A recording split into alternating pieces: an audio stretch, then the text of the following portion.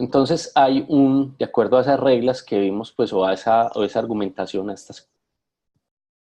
esto que vimos acá, se definen también unas reglas para, digamos, el cambio de prioridades en el MFQ. Tenemos acá dos reglas, la regla 3 y la regla 4. Disculpen. En la regla 3 entonces dice lo siguiente: cuando un trabajo llega al sistema, es ubicado en la cola con la prioridad más alta. O sea, siempre que llega un trabajo, sea el que sea, se ubica en la prioridad más alta.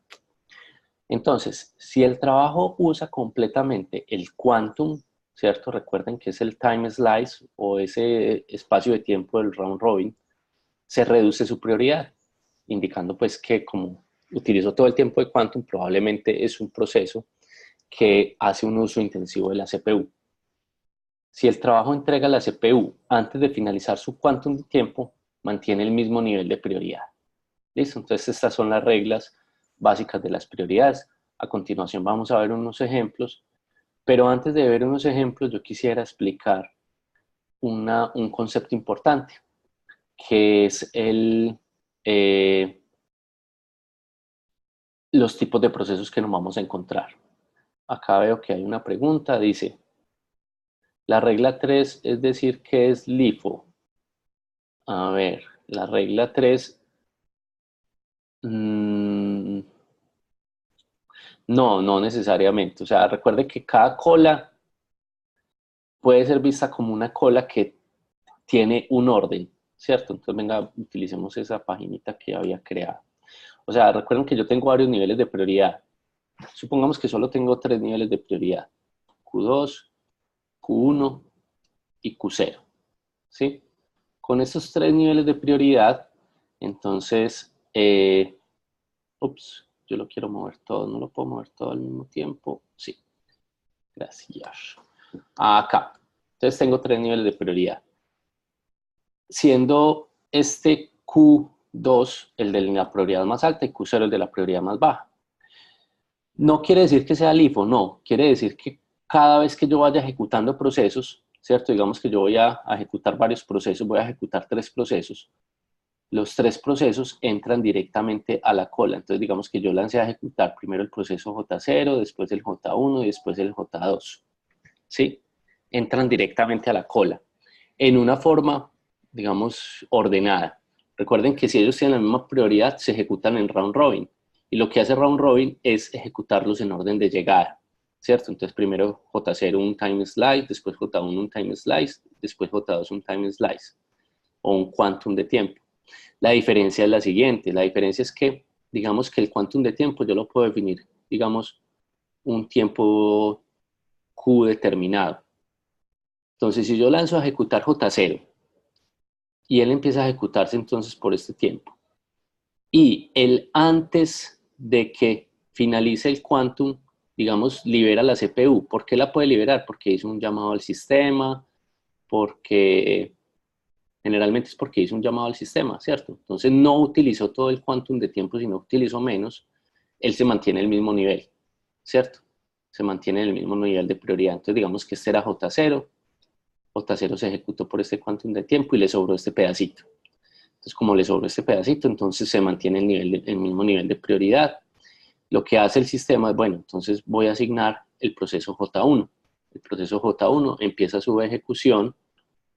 Si J1, por ejemplo, utiliza todo el quantum Q de tiempo, ese sí lo utiliza todo y es el sistema operativo el que tiene que sacar ese proceso pues para ejecutar otro, entonces J1 baja de prioridad y se viene para acá.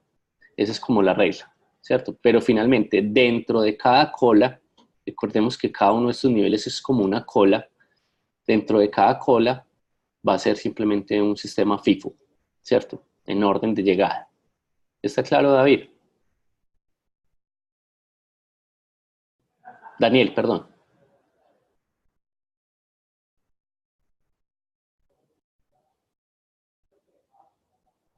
Listo.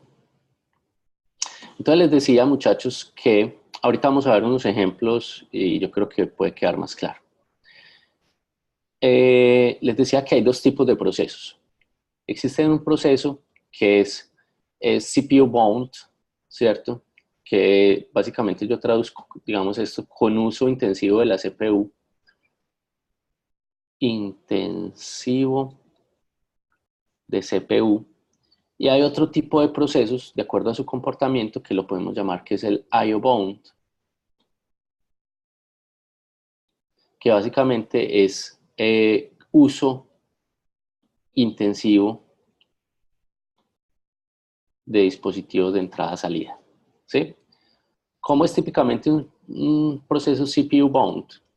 Es un proceso en el cual toma el control de la CPU y cuando toma el control de la CPU, básicamente desarrolla pues tiempos largos de CPU, de computación y eventuales accesos de entrada-salida, ¿cierto? Entonces digamos que aquí tenemos lo que es CPU, bueno, aquí tenemos el I/O y aquí tenemos el CPU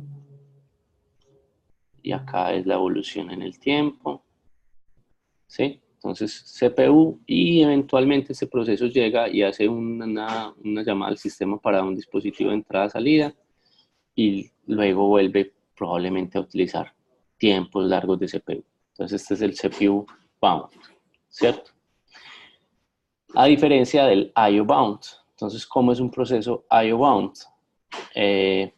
Miremoslo pues aquí claramente. Venga, up. Voy a coger todo esto, lo voy a pasar para acá para abajito y voy a coger todo esto y lo voy a pasar para acá más arribita. Listo, para que me quepa ahí las dos. Listo.